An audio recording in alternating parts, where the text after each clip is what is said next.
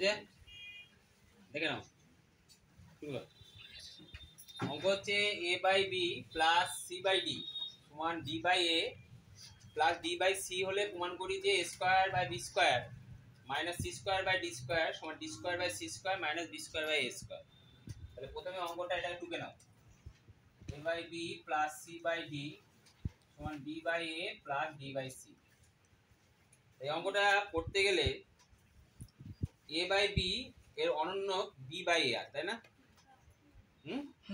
তাহলে এই দুটো অনন্যককে পাশাপাশি নিয়ে আসবে আর এই অনন্যক এইটা এই দুটোকে একদিকে নিয়ে যাবে। এটা ফার্স্ট স্টেপ, ঠিক আছে? নাহলে অঙ্ক মেলাতে পারবে না। বুঝতে পেরেছো কি বললাম? তাহলে কি লিখো পরের লাইনে? a by b minus b by a d by c minus c by d। বুঝা গেছে? ক্লিয়ার হয়েছে? এবার উভয় দিকে বর্গ করো,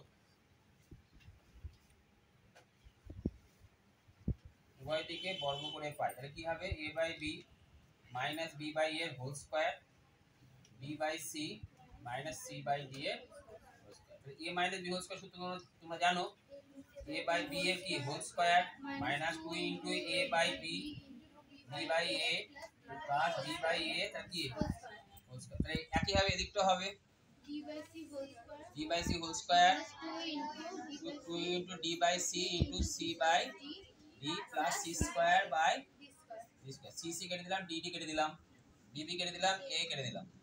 তাহলে দাঁড়ালো কত?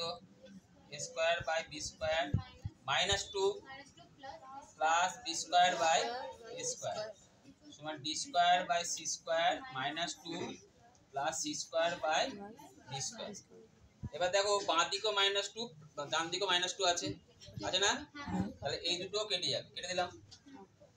এবারে আমার অঙ্কের সাথে মিলাতে হবে তো, তাহলে a square by b square আছে, তাহলে by a square by b square লিখে দিলাম। এবার দেখো অঙ্ক আছে minus c square by d square, এখানে আছে প্লাস, ওটাকে নিয়ে যাব, তাহলে এটা দিকে নিয়ে যাব। তাহলে চিহ্ন পাল্টিয়ে কি হয়? Minus c square by d square. এবার সমান চিহ্ন দিয়ে সমান চিহ্ন দিয়ে দিলাম। প্রথমে যেটা লেখা আছে সেটা লেখো আগে, b square by c square. এবার প্লাস এটা আছে, এটা দিকে নিয়ে যাব। তাহলে কি হয় বলো? Minus b square by a square. মিলেছে না মেলেনি? প্রমাণিত। বুঝতে পারলে? বুঝতে পেরেছো?